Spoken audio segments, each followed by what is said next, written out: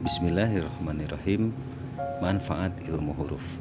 Melihat pola tersembunyi dari kisah dalam Al-Quran. Sahabat yang mulia, Allah Subhanahu wa Ta'ala berfirman dalam surah Al-Ahzab ayat 62. Bismillahirrahmanirrahim. Sunnatallah fil ladzina khalau min qablu walan tajida lisunnatillahi tabdila.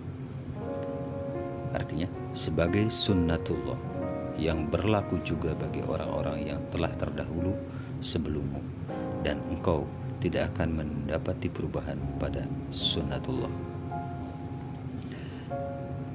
Sahabat, segala sesuatu yang terjadi di alam semesta ini tidak ada yang kebetulan, bahkan kebetulan itu sendiri.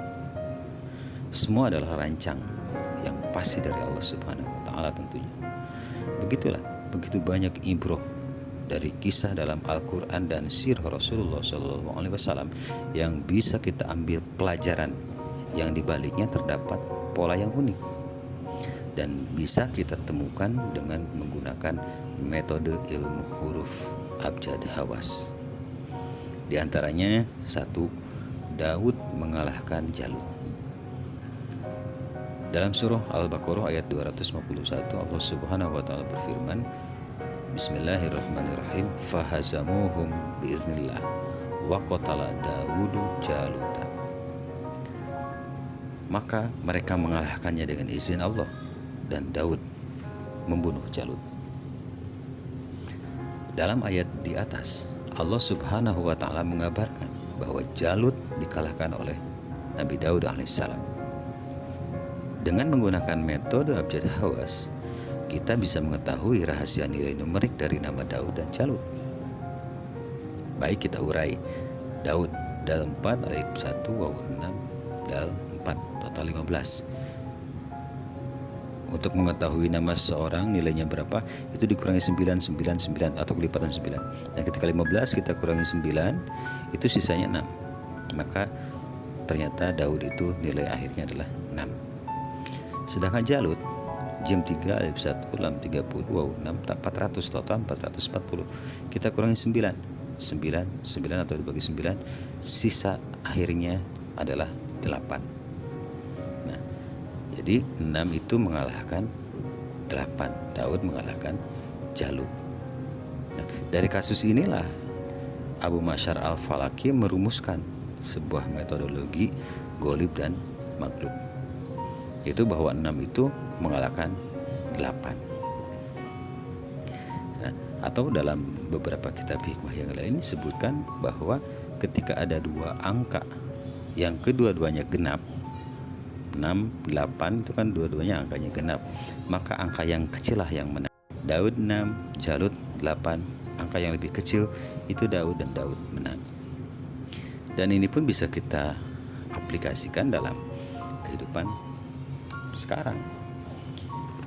Beberapa tahun yang lalu ada pertarungan besar, yaitu antara Khabib dengan Conor McGregor. Khabib dari Rusia itu H8, bak 2, ya 10, bak 2, total 22. Kita kurangi 9, 9, 9, sisa akhirnya 4. Kemudian Conor McGregor Kap 20, waw 6, 050, waw 6, ro 200, mim 40, Kap 20, Kap 20, ro 200, ya 10, Kap 20, waw 6, ro 200, total 798.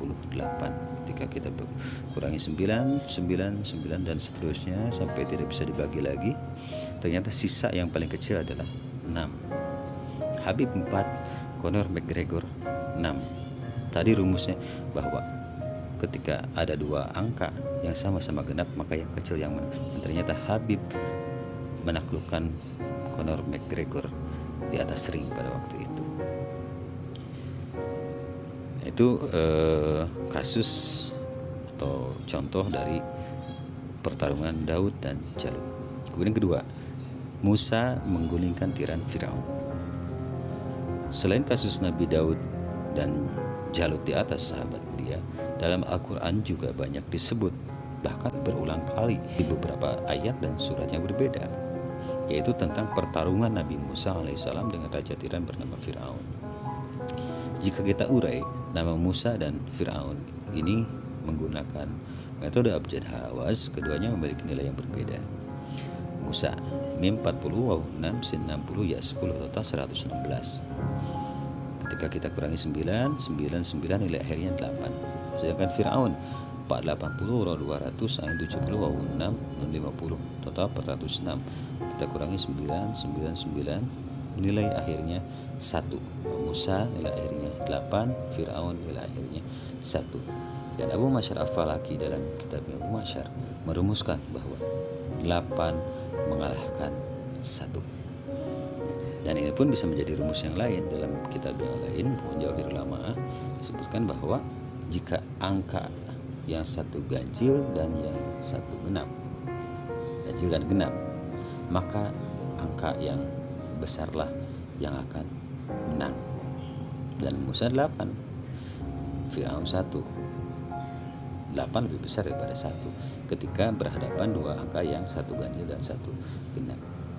Dan ini pun bisa kita implementasikan dalam kehidupan sekarang. Contoh kasus setelah terjadi pertarungan besar, bahkan sampai 2 kali pertarungan gitu. Itu antara Muhammad Ali dengan Sonny Liston. Pada tahun 64 pertarungan yang pertama Sonny Liston kalah, dan tahun 65 pihak Sonny Liston masih penasaran dan kemudian diadakan pertarungan ulang, dan ternyata Sonny Liston tetap kalah. Ketika kita urai menggunakan metode abjad hawas, Muhammad Ali mim 40 H8 mim 40 dan 4 ain 70 lam 30 ya 10 total 202. Kita kurangi 9 sisanya 4. Jadi Muhammad Ali nilainya 4. Kemudian Sonny Liston sin 60 waw 6 nun 50 ya 10 lam 30 ya 10 sin 60 tak 400 nun 50 total 676. Kita kurangi 9 sisanya 1. Muhammad Ali 4, Sonny Liston 1. Dan ini antara angka yang satu ganjil dan yang satu genap, maka yang besar yang menang. Dan ternyata betul bahwa Muhammad Ali lah yang menang dan menaklukkan Sonny Liston bahkan sampai 2 kali. Nah, sahabat yang mulia, begitulah sunatullah. Ini tidak melihat yang satu muslim yang satu non muslim gitu. Ini tidak melihat yang satu agamanya A ataupun yang satu agamanya B. Ini yang dilihat adalah sebagai sebuah sunatullah yang telah Allah tetapkan pada sepanjang zaman. Dan ini merupakan ibrah ataupun pelajaran yang bisa kita petik. Kita bisa ambil hikmah daripadanya. Allah Subhanahu wa taala berfirman, "Faja'alnahum salafa wa masalal akhirin." Maka kami jadikan mereka sebagai kaum terdahulu dan pelajaran bagi orang-orang kemudian. Dan salah satu kita mengambil ibrah dari kisah masa lalu, terutama dari nama-nama tokoh yang disebut dalam Al-Quran, yaitu dengan menggunakan metode ilmu huruf, metode abjad hawas. Dan di sana kita bisa menemukan pola unik bahwa ada ketika ada pertarungan, ketika ada kompetisi, ketika ada perkelahian dan sebagainya, di sana ada pola, maka akan ada pemenang atau golib dan akan ada maghlub atau yang dikalahkan, akan ada juara, akan ada pecundang. Dengan ilmu ini kita bisa mendeteksi siapa calon pemenang dan siapa calon pecundang. Sekian, terima kasih. Wallahu a'lam bishawab.